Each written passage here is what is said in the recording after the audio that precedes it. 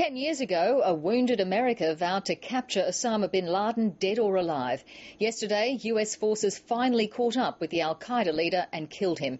The world's most wanted terrorist died in a firefight in a town north of the Pakistani capital, Islamabad. And tonight it's being reported that his body has already been buried at sea.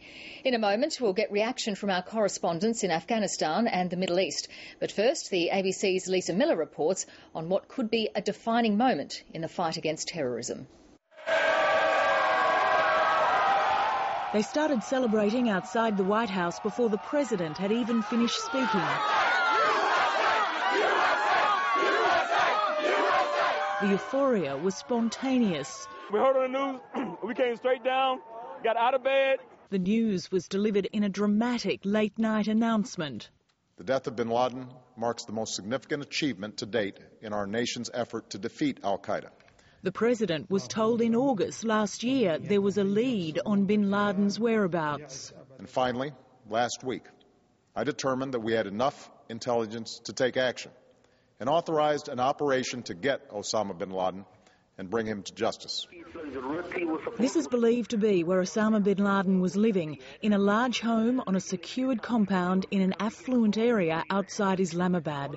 US covert forces attacked in the early morning hours, killing the al-Qaeda leader in a firefight and taking his body for confirmation. So his demise should be welcomed by all who believe in peace and human dignity.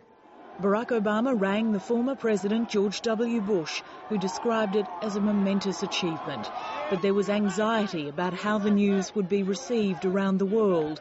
Osama bin Laden's death is a major symbolic blow to al-Qaeda, and the US put its embassies on alert, fearing reprisals. The president was quick to stress the war against terrorism isn't over and this country has to stay vigilant. But for the crowds outside the White House here tonight, they simply want to celebrate the death of a man who's caused this country so much pain and grief.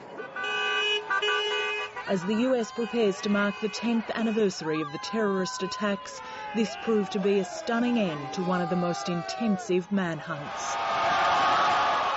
Lisa Miller, ABC News, Washington.